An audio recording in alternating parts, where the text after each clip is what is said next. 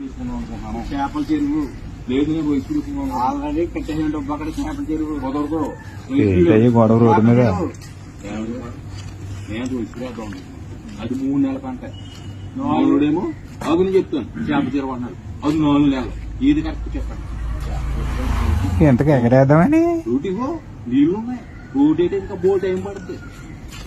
3 నెలల పంట అన్నాడు.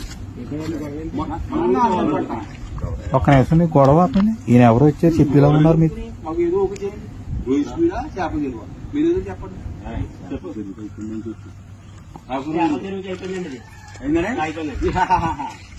గెలుపు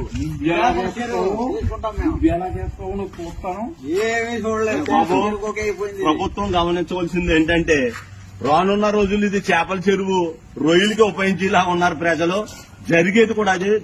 తక్షణమే ప్రభుత్వం స్పందించి ఈ రోడ్డు వేస్తే ఈ సమస్య తీరుతుంది. లేకపోతే ఇది చేపల చెరువుకి రొయ్యల చెరువుకి ఉపయోగపడతాం తప్ప ఈ రోడ్డు ఎందుకు అధికారులు స్పందించి ఈ రోడ్డు వేయవలసిందిగా కోరుతున్నాం.